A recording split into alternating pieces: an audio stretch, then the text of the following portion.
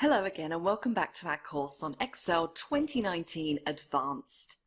In this section, we're going to look at some of the most important aspects of using date and time functions in Excel 2019. Now, we're not going to look in detail at formatting. I'm going to assume you're somewhat familiar with formatting, although there will be examples coming up throughout the course, but I want to talk about actual date and time processing first. We've looked at storage in the preceding section, and as a first step in this, I want to look at one of the examples we're going to be developing as we go through the course, and that is the creation of a company invoice. Now let's suppose that I put an invoice date on my invoice. And in fact, there are two dates associated with this invoice. That's invoice date and due date. Now, first of all, one way that we could populate the invoice date field is by using the today function. And the today function, as you would expect, gives the date today. So we just type in equals today,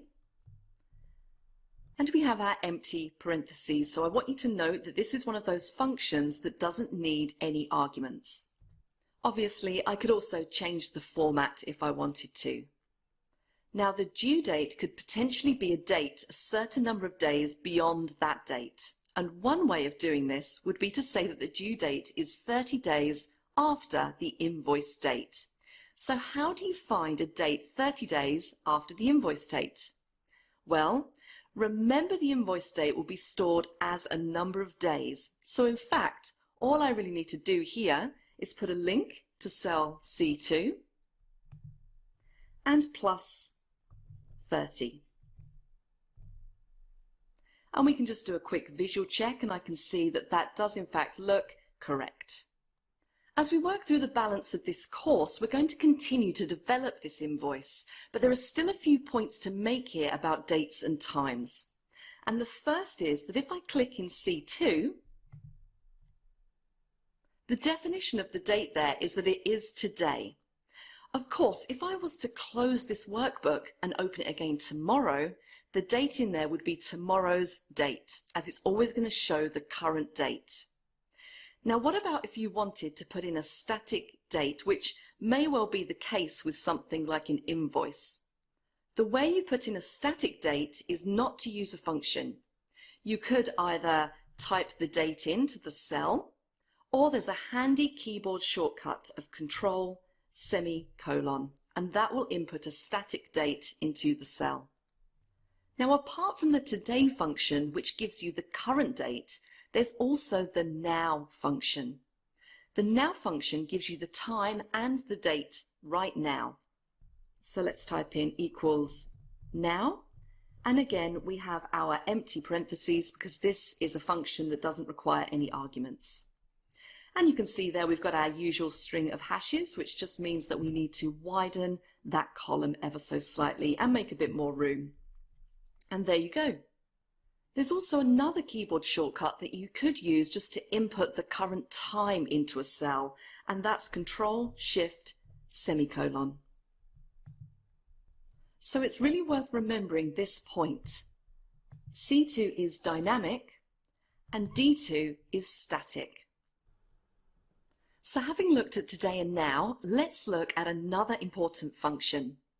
Let's suppose you're importing some data from another system, and what you have is several dates, such as the one in D7, but they are text dates. How do you make them into dates? For example, so that you can store them as regular dates in Excel 2019. The function you use for that is the date value function. So I'm going to go up to Formulas, and I'm going to go to my date and time drop down in my functions library. And you can see the second one down is date value. And as my argument, I'm going to select cell D7 and click OK. So Excel has converted that to a number, so I can just go and apply some date formatting. And I'm going to select the top one, click on OK. And now I have that formatted as a short date. The next set of date and time functions I'd like to look at is a set of 6 functions that can separate out for me the year number, the month number, and the day number, down to the second number of any given date and time. I'm going to use the date in cell D4. Just bear in mind that a minute or two has now passed since D4 was last updated, so it's slightly out of date right now. But if in F4 I use the year function, so again I'm going to go up to my date and time, and it's right at the bottom. I'm going to select year, and I'm going to select cell D4 as my argument, click on OK, and it pulls back 2019. Now when I invoked the year function, what actually happened is cell D4 updates. So you'll see now that the time has refreshed and it is now the current time. Let me do the same for month. So again, up to date and time, and select month. I'm going to use the same cell as my argument, cell D4. And again, watch when I click on OK, you should see that time update. And there we go. Let's fill out the rest of them so I can show you all 6. So we're going to do up to date and time. We're going to do day, select cell D4 again, and again you'll see this update. So those 6 functions can be used to isolate the year, month, day, hour, minute, and second. Any change made to cell values anywhere on this sheet will cause that value to be updated. So if I was just to add a 1 in here, you'll see when I hit enter, everything will refresh. And there we go, and hopefully you saw that minute changed just there. Now I've already shown you how to get a date from a text date, but there is another way that you can build dates as well. And in fact, you can use a similar approach for times, and that is to use the date function. And what the date function does is to build a date from 3 constituent parts. Now what I'm going to do is first invoke the date function. So again, let's jump up to date and time, and date is the top one. So I'm going to choose a year number, so let's say 2018. I'm going to say the month 11 and the day 10, and click OK. Now I don't have to use constant values for those arguments. I could in fact use values from other cells on the worksheet.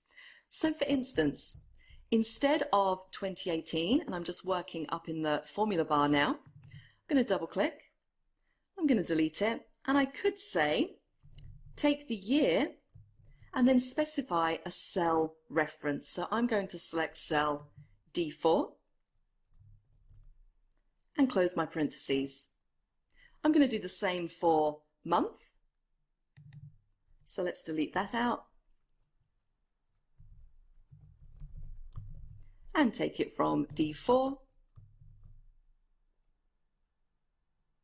And then finally, we're going to say day and take that from D4 like so.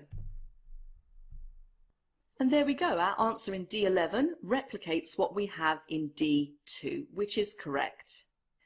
Now, what about if I wanted to add 30 days to the date in D11? Well, all I need to do is click